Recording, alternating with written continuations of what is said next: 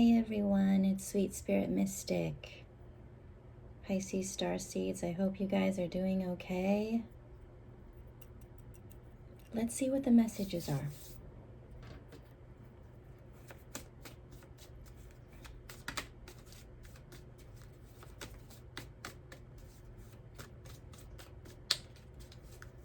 I've been waking up every night around 3 a.m.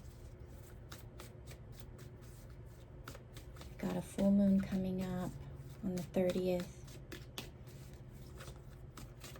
So the energy is building.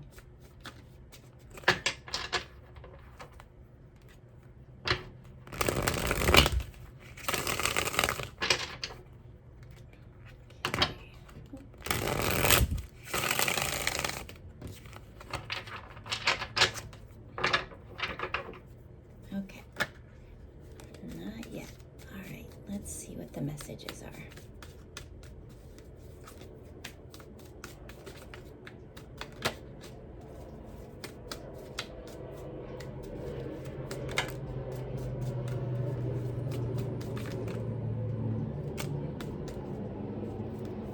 Cards are pretty jumpy today, so you know what? If you feel a little bit anxious, go for a walk, do some exercise, do some deep breathing, different ways to expend that energy so you feel a little bit more settled.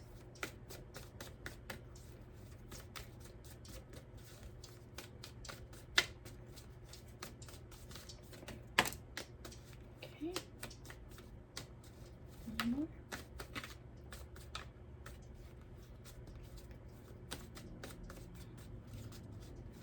I don't know, I kind of feel like there's this point where you're chomping at the bit, like you want to do something, right? But you have to make that decision in which way to move. Bottom of the deck, we have the Hierophant. Okay. Let's see, I'm just going to pile these over here. Okay. So the Hierophant, followed by the Nine of Swords, that's that anxious feeling, right? The Hierophant, I feel in this instance is, making the decision to do what's right. Am I doing the right thing? So there's some anxiety behind that. King of Wands, we've been seeing a lot of wand energy, a lot of king energy. That's that moving forward. And the Hangman, Pisces, that's you. That's that pause before you make that decision. That changing of your perspective. And then here we go. Ace of Swords. It's finding that truth. It's making that choice. It's being clear. Okay? So let's dig into the energies. So they came out in a lot of different ways, so I'm not sure what it is, so I'm going to lay them out, and if I need to adjust them, I will. We've got the Six of Wands. Six of Swords. So that's moving away from difficulty. Got the Queen of Cups. That's water energy. Fully embodying your true nature as a Pisces. Ten of Pentacles. That's having that stability, that foundation set. Creating the life that you want. Three of Swords. Heartache. Sadness. The Star. Healing. Hope. Faith. Dreams coming true. Four of Swords. That's rest and recovery. Okay. So a lot of sword energy, a lot of mental stirrings. Sixes speak of harmony and balance. So it's like you're creating that mental stability so that you can tap into your Queen of Cups true nature. Just being loving and open-hearted towards people, not being closed off. You know, she has her arms outstretched. Her heart is fully exposed. So that's the true Pisces energy. I feel like lately there's been a lot of this covering your heart. I know sometimes I'm sleeping like this. So it's that, you know, worry, that fear, like, can I be myself? Yes, you can. You can be out there with your arms outstretched. And that energy is what's going to bring you this, you know, stability, this bounty. It's going to allow you to give because you have such an excess. Because in the past, this Three of Swords, it's just been all over all of the readings. You know, just feeling cut down, stabbed in the back, just hurt in so many ways. But there comes a point where you have to move past this. Because if you don't, you're avoiding healing. You're wanting to stay hurt subconsciously because it gives you a sense of comfort. But the universe is saying to you now, it's time to heal. It's time to feel that inspiration and happiness again. It's time to create, to be in your element. And since it's right below the Queen of Cups, it's like be in that emotional element that you thrive in, that helping others. Get out of your sad story. Leave it behind. You know, the Six of Swords and the Three of Swords, it's like leave that behind. That 3, 6, 9, right? It's that completion of this cycle of feeling like you have no way out, because you do. It's your choice to get on top of that bird's back and fly away. You've learned the lessons. And with the Four of Swords, when it comes after the Three of Swords, it's like resting and recovery after a lot of hard, difficult times. It's regaining that, you know, balance, that stability. You're creating a new mental foundation to work from now.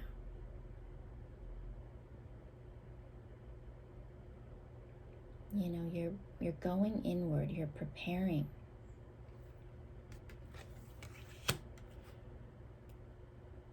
Okay, let's see. I'm going to use these. I haven't used these in a while. The Goddess Oracle deck, I believe.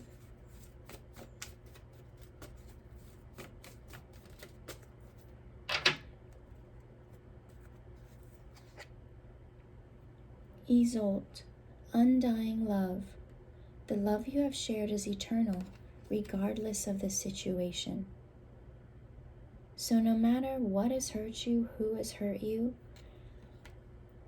underneath all of it is love, that universal love, that inner knowing, that seeing someone else's soul.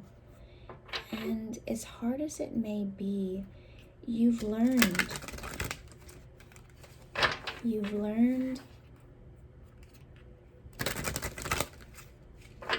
seen where you needed to go through this hurt to grow and learn that lesson.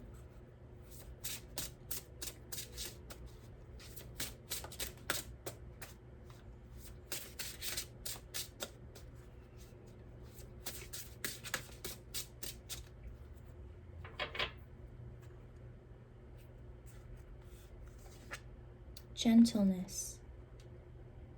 So this is that Pisces energy, that flow. There's 3 doves, divine timing, okay? So, tap into that creativity. 3 speak of creativity.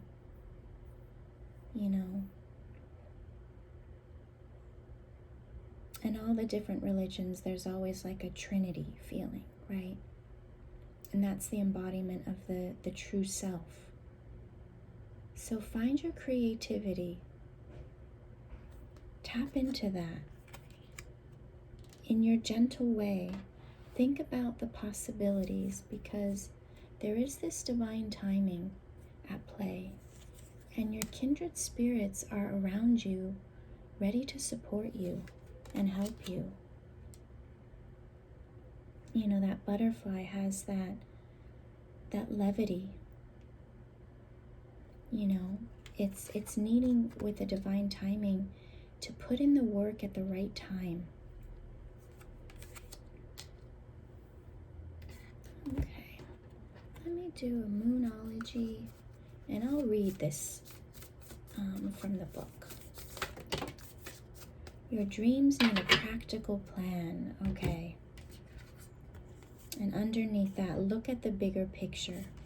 Full moon in Sagittarius. So we are in Sagittarius season. So think about the big picture of what it is you want to create. But there needs to be a plan, practicality. So let me read this.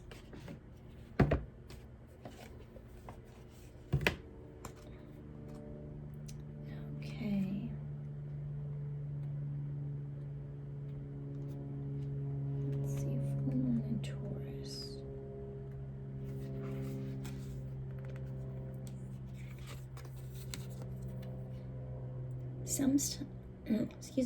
Sometimes you need to weave a bit of magic, and sometimes you need to be practical.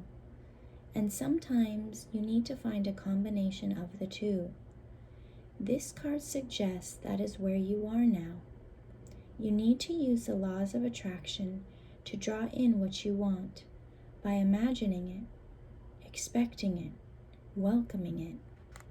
But you need to balance that with taking down-to-earth steps towards your goals. This isn't about wishing on the moon and hoping for the best. It's about making something like a list of bullet points about how to achieve your dreams. If you're asking about money, this card heralds a change of financial fortunes, depending on both your past actions and what you're expecting and therefore attracting. Tune to the moon. Write down 10 things that you know are wonderful about you. Additional meanings for this card.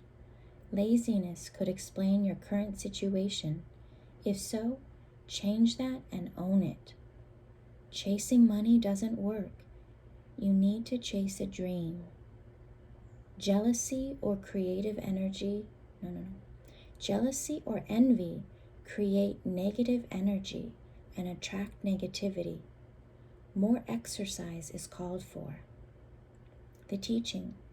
The full moon in Taurus is a time to get back to earth, to get grounded, to work through any negative feelings you've been dealing with, and to find a balance between being passionate and being overly intense. Money issues may come to a head at the time of the full moon in Taurus, but you can take this card as a sign to pay more attention to your cash flow no matter when you draw it. So like I was feeling in the beginning of the reading, there's some energy that needs to be expended. Exercise, get grounded. And then create that plan of the step-by-step actions that you need to take to get towards your big picture dream. The Star card is here. And we did have the Ace of Swords at the bottom of the deck. This new idea that you've been sitting on, it's time to make a plan for it.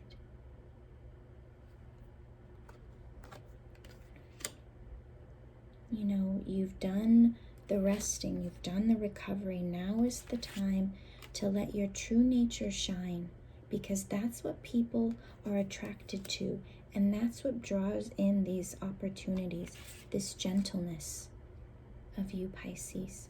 So with this divine timing, your kindred spirits are coming to help you.